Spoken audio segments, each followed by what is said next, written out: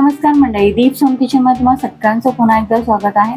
आज आपण बनवणार आहोत मार्केटपेक्षा भारी, घरच्या घरी आणि कोणत्याही मशीन शिवाय एकदम हेल्दी मँगो आईस्क्रीम। आणि यामध्ये तुम्हाला बाहेरच्या साहित्याची काही गरज नाही, जे घरामध्ये साहित्य आहे त्या साहित्यामध्ये आपण बनवणार आहोत। माझ्या या पद्धतीने तुम्ही बनवलात तर तुम्हाला बाहेरून आणायची गरजच लागणार नाही। तर चला आपण रेसिपीला सुरुवात करूया। सर्वात आधी इथे आपल्याला दुधाचे मिश्रण तयार करून घ्यायचे आहे। त्यासाठी मी इथे अर्धा लिटर दूध घेतलेलं आहे आणि त्याचबरोबर इथे अर्धा कप साखर घेतलेली आहे। Milk powder 3 tablespoon, cornflour 1.5 tablespoon. आणि आता हे सगळं मिश्रण आपल्याला व्यवस्थित मिक्स करून घ्यायचं आहे, म्हणजे याच्या गुठल्या ह्याच्यामध्ये राहता कामा नये। हे आपल्याला आधीच असं मिक्स करून घ्यायचं आहे, नंतर आपण हे गॅसवरती ठेवणार आहोत। आता इथे आपलं व्यवस्थित मिक्स करून झालेलं आहे, म्हणजे कोणतीच गुठली याच्यामध्ये नाहीये। तर आता हे आपण मिश्रण गॅसवरती ठेवूया।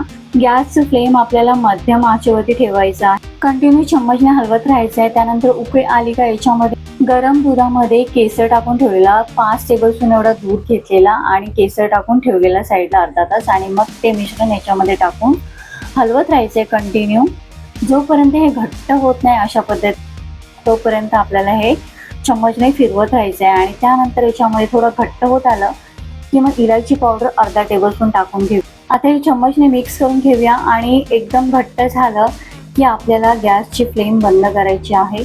आता तुम्ही पाहू शकता एकदम परफेक्ट असं घट्ट झालेलं आहे। आता गॅसची फ्लेम बंद करून हे एका साईडला थंड होऊन द्यायचं आहे। तोपर्यंत आता आपण आंबे कट करायला घेऊया। तर इथे मी 5 आंबे घेतलेले आहेत, तुम्ही तुमच्या आवडीप्रमाणे घेऊ शकता, जसं की रत्नागिरी किंवा हापूस आंबा झाला अशा प्रमाणे तुम्ही घेऊ शकता। आता याची वरची पूर्ण साल काढून, म्हणजे मी कशी कट करते या पद्धतीने तुम्ही कट करून घ्या आणि याच्या आतलं पूर्ण असं चम्मचने काढून घ्यायचं आहे। इझिली निघतं, एकदम इझी पद्धत आहे, एवढी काही डिफिकल्ट नाही। आणि असं चम्मचने काढलात ना की पूर्ण आतलं ते निघून जातं। आंबे तुम्हाला असे बघून घ्यायचे की ते गोड असले पाहिजेत, अशा पद्धतीचे आंबे तुम्ही निवडून घ्या, म्हणजे ते गोड असले तर आपली आईस्क्रीम पण एकदम भारी होते, आंबट असता कामा नये असे तुम्ही चेक करून घ्या। तर अशा पद्धतीने आपल्याला सगळे आंब्याच्या आतलं काढून घ्यायचं आहे। आणि त्याच्या आतली जे बी असते, म्हणजे त्याला काय म्हणतात आपल्यामध्ये मराठीमध्ये म्हणतात ना बाटुका, तर ते बाटुका पण आमच्याकडे बाटुका म्हणतात, तुमच्याकडे काय बोलतात ते मला कमेंट करून सांगा, मी काही चुकीचं बोलले असेल तर। हे पण तुम्हाला अशा पद्धतीने सुरीने पूर्ण क्लीन करायचे, इझिली क्लीन होतं ते, तुम्ही पाहू शकता। मग असं व्यवस्थितपणे इझिली क्लीन होतंय। आणि हे आईस्क्रीम बनवायला तुम्हाला अजिबात वेळ लागत नाही, अगदी 20 मिनिटं ते अर्ध्या तासामध्ये आपली आईस्क्रीम बनवून तयार होते। तर आता हे सगळं निघालेलं आहे, म्हणजे 5 आंब्याचं पूर्ण मी काढून घेतलेला। आणि हे दुधाचं मिश्रण पण आपलं थंड झालं आहे, ते याच्यामध्ये मिक्सर ग्राइंडमध्ये काढून घेऊया सगळं।